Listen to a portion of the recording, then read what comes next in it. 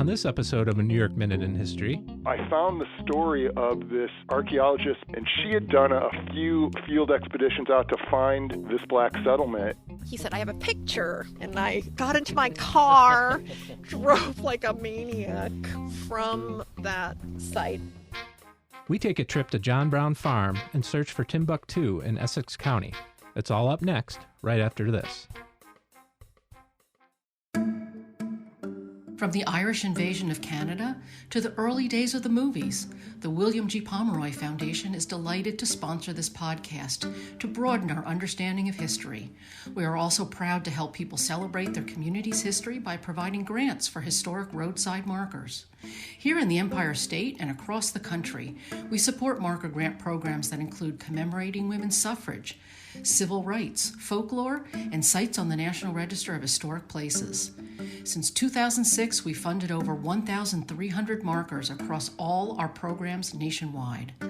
To learn more about the Foundation's grant programs, visit wgpfoundation.org. That's wgpfoundation.org. Welcome to A New York Minute in History. I'm Devin Lander, the New York State historian. And I'm Lauren Roberts, the historian for Saratoga County. Today we've got a scoop from the Pomeroy Foundation. We're starting with a marker that will soon be up in Essex County.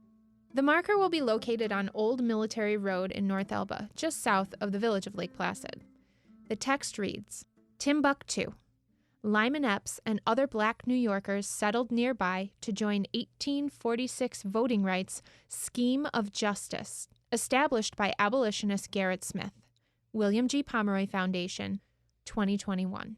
So some of us may have heard the word Timbuctoo before, but if you're like myself, it might not have always occurred to you that Timbuctoo was a place in North Elba in Essex County.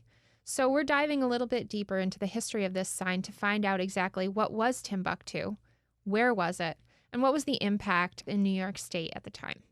Yeah, there's a lot going on with this episode, and I think one of the first things we need to talk about when we talk about Timbuctoo is to contextualize it within the history of slavery, not only in the country, but in the state of New York. Most people don't realize, or many people don't realize, that New York was a slave state, and in fact was the largest slaveholding state north of the Mason-Dixon line. According to the New York Historical Society, during the colonial period, 41% of New York City's households owned enslaved people, compared to 6% in Philadelphia and 2% in Boston. Only Charleston, South Carolina rivaled New York in the extent to which slavery penetrated everyday life. Wow. And it wasn't until the Gradual Emancipation Act of 1799 that things began to change. How did the Gradual Emancipation Act work? Well, we have to remember it was basically a compromise. New York profited immensely from slavery. Gradual emancipation existed as a series of laws that slowly emancipated enslaved people in New York State without disrupting trade and angering the slave states, specifically in the South. It really wasn't until the law that passed in 1827 that enslaved people actually had a set date in which they were freed. So when that population became free, I think there was fear on the part of the whites that they would have enough population to vote for anti-slavery legislation.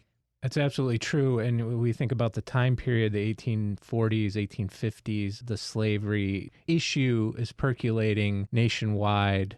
It's leading to potential violence as we move forward into bloody Kansas and things like that. So absolutely, this was a real fear among whites and led to attempts by states, including New York, to disenfranchise free blacks.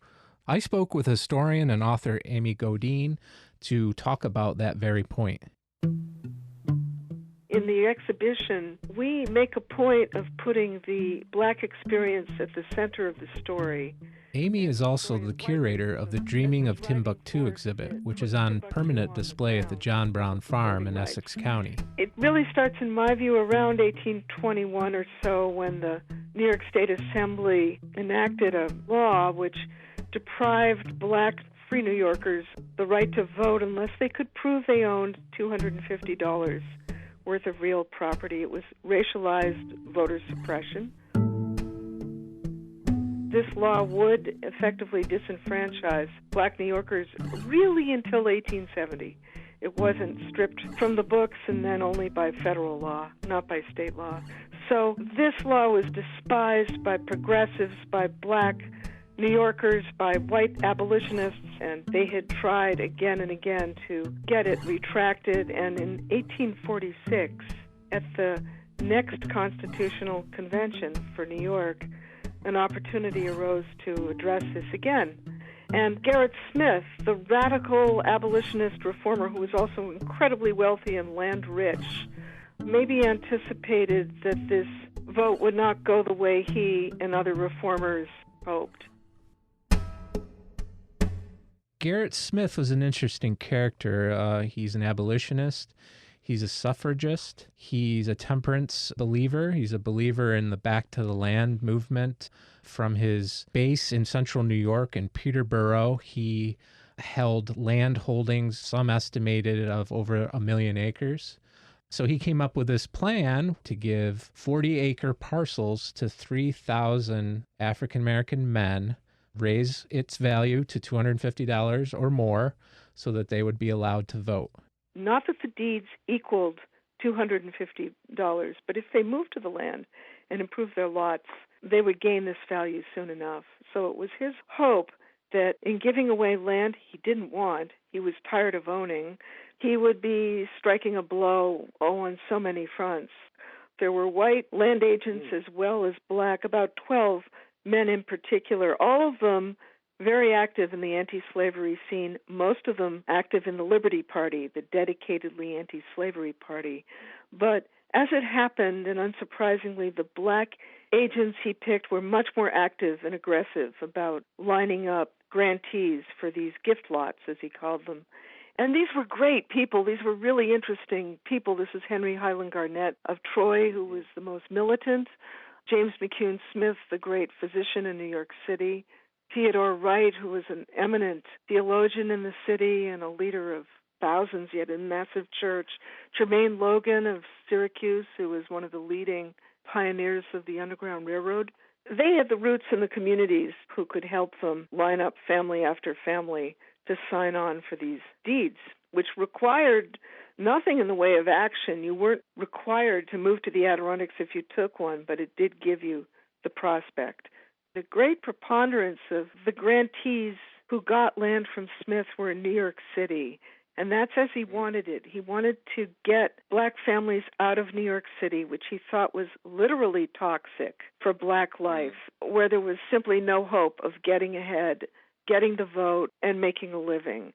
As it happened, the most grantees who actually came to the region, came from Troy, not from New York City, and that was because of Henry Highland Garnett's incredibly effective organization and mobilization of his own parishioners and other black Trojans. And it was also because Troy was closer, and it was simply easier and more affordable to get to the Adirondacks and back out if it didn't work out. It appeared from Amy's research that people from the same area tended to settle near each other. So people from New York City that came up, they clumped together. People from the Hudson Valley that came up, they settled together. And then people from Troy that came up, they settled together. And that settlement became known as Timbuctoo. Now, it's unclear where the name Timbuctoo started. Some documents from the Black New Yorkers that settled there, it's called Timbuctoo, and also some of the correspondence from John Brown refer to that settlement as Timbuctoo. So let's talk about how John Brown came to North Elba. Yeah, I mean, John Brown was an abolitionist, a radical abolitionist, and he was part of the network that surrounded Gerrit Smith. They knew each other, they had corresponded, and he would become famous for his involvement in Bloody Kansas and for leading the October 1859 raid on the U.S. arsenal at Harpers Ferry. His goal there was to arm enslaved people and help them rise up against their oppressors, and it totally failed. He was executed for it afterwards. But he's widely heralded today. He plays a big role in an upcoming documentary by filmmaker Paul Miller called Searching for Timbuctoo. Paul was kind enough to speak with us about Brown's interest in Timbuctoo. There was a moment in history there where John Brown and Frederick Douglass meet, and John Brown, unfolds a map of the Alleghenies and says he has this plan to strike at slavery in the South and destabilize the institution of slavery. At that point, he's already consecrated his life to bringing down slavery, right? And so he has this plan of being able to use the mountain strongholds through the Alleghenies, up through the Adirondacks, and being able to shuttle slaves north to Canada. I believe that when he found out about Gerrit Smith's, extraordinary land grant giveaway to these Black Americans, he was attracted to that and saw that as a way to, finally enact this plan that he had been thinking of. He went to Gerrit Smith and said, if you sell me a parcel of land, I will teach my Black brothers and sisters how to work the land, essentially, is what he said. He found it so extraordinary that he wanted to be a part of it. And John Brown moved his family there. The structure of the film is kind of two parts. It's this historical, kind of traditional historical unfolding, but I also wanted it to illustrate that, history is present. I found the story of this archaeologist up at SUNY Potsdam, and she had been searching for Timbuctoo for a few years before I met her, and she had done a few field expeditions out to find this Black settlement. So my name is Hedley Krueger, Hadley, and then the last name is... That archaeologist is Dr. Hedley Krueger, who met with us at John Brown Farm on a blustery but sunny day in the mountains. The Browns were here from 1855 to 1863. Obviously, John Brown is executed in 1859. So, and always really this particular farm was really not John's landscape. I mean, it was more his wife, Mary, and the children that were here who really lived here on a daily basis. But my dissertation was on the Gerrit Smith estate. That work introduced me to the history of Timbuctoo, and thought to myself, this is a history that really would be well served by the archaeology. We don't have a lot of written records, especially from the perspective of the grantees who were part of this experiment. So when did the project begin in earnest? So the first field season was 2009. That first field season, we were on a lot that was originally deeded to Lyman Epps, who is often termed the success story of Timbuctoo. He lived in the region for multiple generations, and that is why I chose his parcel to start this project on, because I thought that that would increase the chances of seeing an archaeological signature. And so what did you see? So what did we see? Well, that story is it's one of many challenges faced. And so in 2009, we dug, as I mentioned, on this parcel and found some material culture, mostly from a later time period, probably a hunting camp owned by a local family. There likely was some logging camp trash that we were finding, also doing the survey.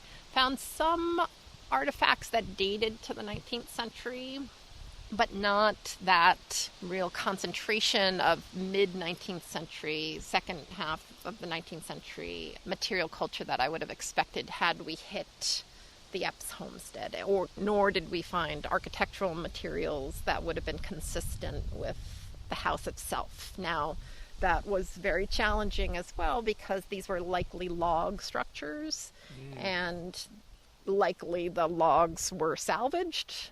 They weren't digging cellar holes, so in terms of the visibility, I was definitely facing a challenge from the get-go on that, and unfortunately in 2009 didn't really find that concentration of material culture that I would have wanted to see. At the end of that field season, we were having a public outreach day and picking some people up from the farm here in vans and taking them out to the site, because it's a remote location and you can't really take your average car. A student came back and he said, there's somebody at the farm who's saying that his family members lived at the Epps lot. And that was Bobby Chabot, who is the descendant of the Lawrence family. And the Lawrences were the caretakers at the farm at the end of the 19th century and until about 1915.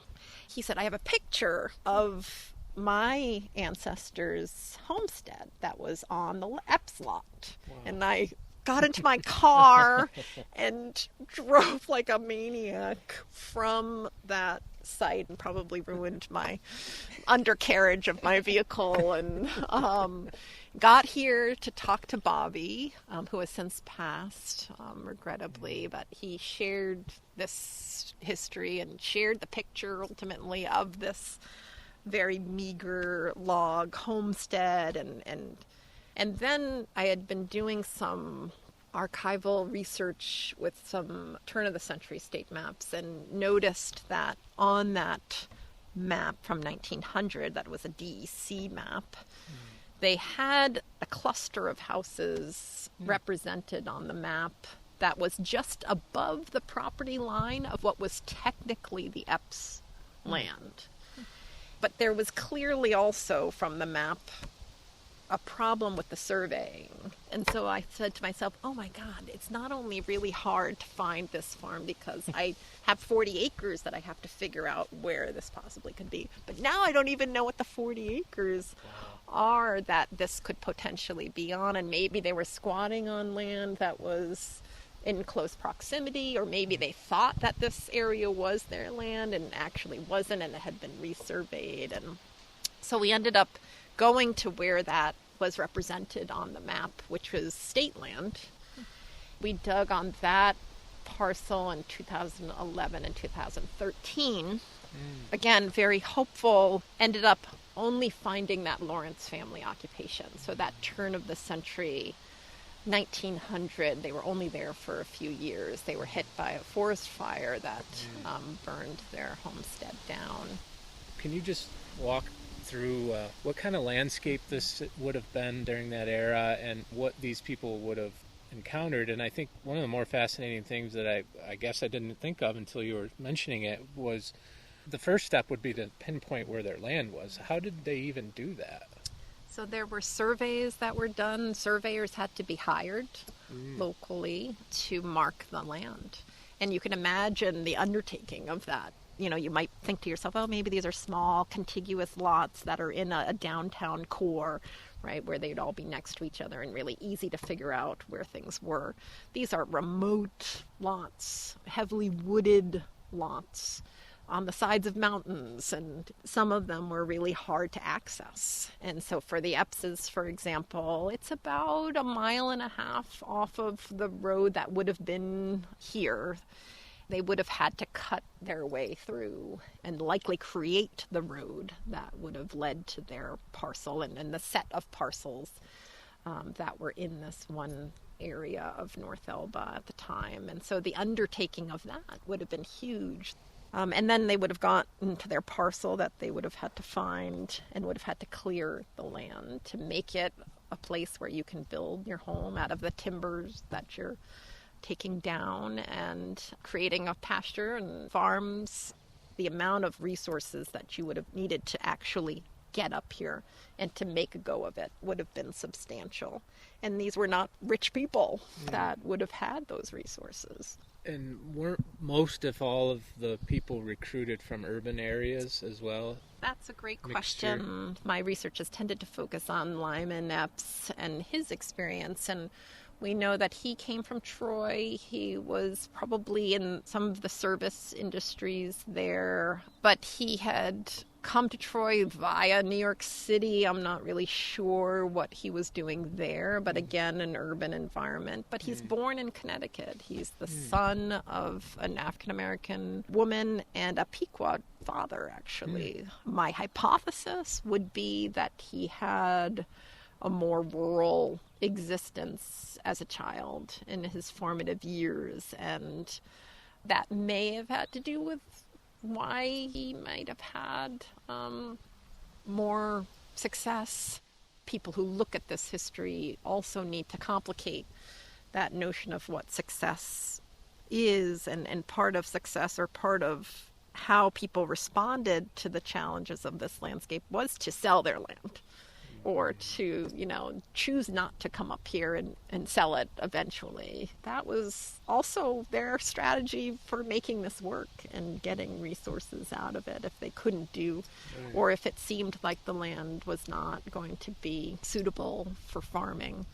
And so similarly, I think the Epps is using their original farmstead to get footing and to establish their family. And then I think they likely used that land for timber resources according to the tax records. So they were still using it as a resource, but then moving to this other parcel. That's part of their strategy and creativity for making this work. I think that dovetails into why you applied to the Pomeroy Foundation for the historic marker. So could you tell us about that?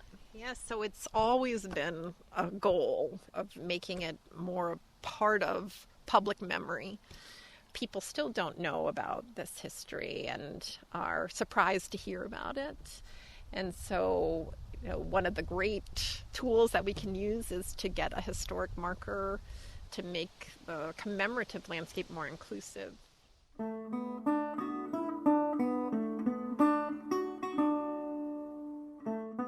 Only a small number actually settled on the property, and far fewer stayed long enough to see the land improved to reach the $250 worth that they needed for the right to vote.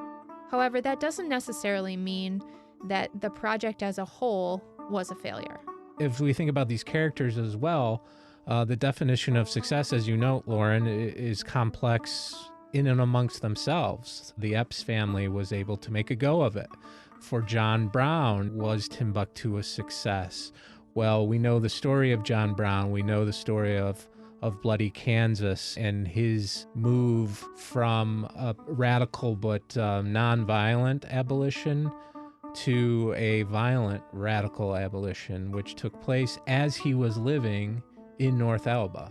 John Brown's original plan, the one that he definitely told to Gerrit Smith, was to use the mountain ranges as this conduit where he could conduct raids and free slaves and then take them north through these mountain ranges. And that was his original plan.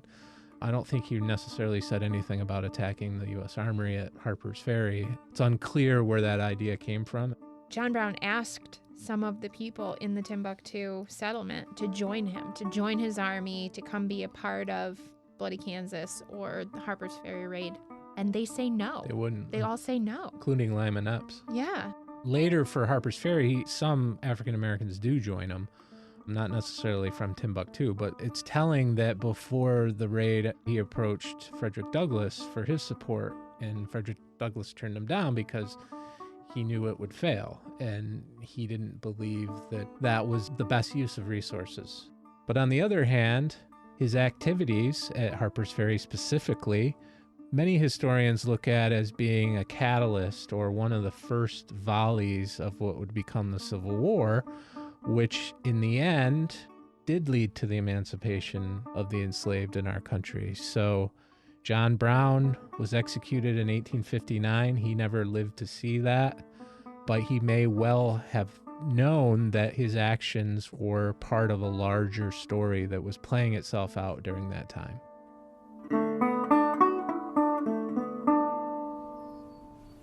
Hi, how are you? We're vaccinated, but we're wearing masks, so... That's all right. If you're vaccinated, come on in. Okay. Now I know you want to say hello. I had the opportunity to sit down with one of my favorite authors, Russell Banks, who wrote the novel Cloud Splitter, which is about John Brown and his family. Can you sign this? Yeah, glad to. It's Devin. Oh, yeah. So let's talk about kind of the genesis of this book, Cloud Splitter, and which is just an amazing story based in some historical fact, but there's also some artistic license taken. What kind of drew you to this story, and specifically with Timbuctoo and also, of course, John Brown? Yeah, well, it's really purely by accident. Brown was a figure in my imagination already, fairly vivid figure, going back to my university days in the 60s. in Chapel Hill, University of North Carolina, where I was politically active, and as was most anyone who was in college at that period was. And Brown was someone who was invoked by most anybody on the left, anti-war activists, civil rights activists, and so forth. And you were as likely to see a poster of John Brown on a dormitory room wall as a poster of Bob Dylan or Jimi Hendrix, and so he was a heroic figure and romanticized. And then in '87, my wife and I moved to Keene, New York, upstate, and I realized fairly quickly that his body lies moldering down the road just a little ways in North Elba. And I was sort of astonished to find that out because I hadn't known it. And then I began poking around, doing a little research. And about that time, I could see his sort of re-entering, not just my personal imagination, but the national imagination. The narrative of American history, where Brown is placed, is really interesting and at a crossroads. It sits where white American history is in a permanent, it would seem at times, argument with African American history. But nobody disagrees on the facts. The facts of John Brown's life and death were known in 1859 when he died, when he was executed. It's the meaning of those facts which was so interesting and important, and the fact that to African Americans, by and large, like James Baldwin or W.B. Du Bois and so forth, Brown was a heroic figure. But to most white Americans, he was a madman. But the legacy of it is, if it can be told enough times and with enough clarity, and not just sentimentalize and say, isn't it amusing and interesting and kind of touching that there was this small colony of the saved, as it were, sitting there in North Elba in the middle of the Adirondacks. If the story can avoid that sentimentalization and can point toward this early attempt to provide racial justice and reconciliation through cooperative work by both white and black men and women, then I think that's its best emblematic use, really. What we know about Timbuctoo, and it's the only name we tend to associate with this, really because of John Brown's interest in it. His death, his burial, and then the subsequent pilgrimages over the next 100 years all serve to sort of glorify this site and make it a place of white sacrifice. The efforts of the black pioneers are completely sidelined by this. But there were longer settled and longer lasting settlements in St. Armand and Vermontville. Some descendants of those early communities were in the Adirondacks as late as 2010. I think about myself and my family. We're looking at property in the Adirondacks. We'd like to move up there and settle up there. And so what impact does that have for an African-American man today to know that, yes, there were these black settlers there before the Civil War, and there were people who fought and sacrificed to further diversify the area, but also fight for equal rights and human rights. In some ways, it can be demoralizing to think that we're still fighting the same things that we're fighting more than 150 years ago, but also that 150 years ago, there were white Americans and black Americans working together to solve these problems, this systemic racism, and battle them together. That is hopeful at a time when it can be easy to feel hopeless.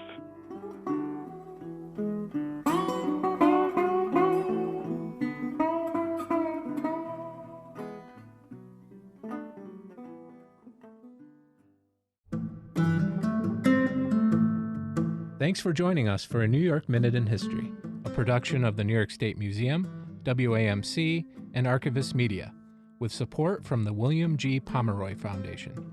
I'm Devin Lander, the New York State historian. And I'm Lauren Roberts, the historian for Saratoga County.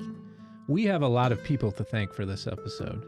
Paul Miller, his documentary on Timbuctoo is currently in production. Historian Amy Godine, her book, Black Woods, is set to be published by Cornell University Press. Hadley Krueger from SUNY Potsdam, and novelist Russell Banks. Our producer is Jesse King. For more information on Timbuctoo and any of these projects, go to wamcpodcast.org. We'll see you next time on A New York Minute in History.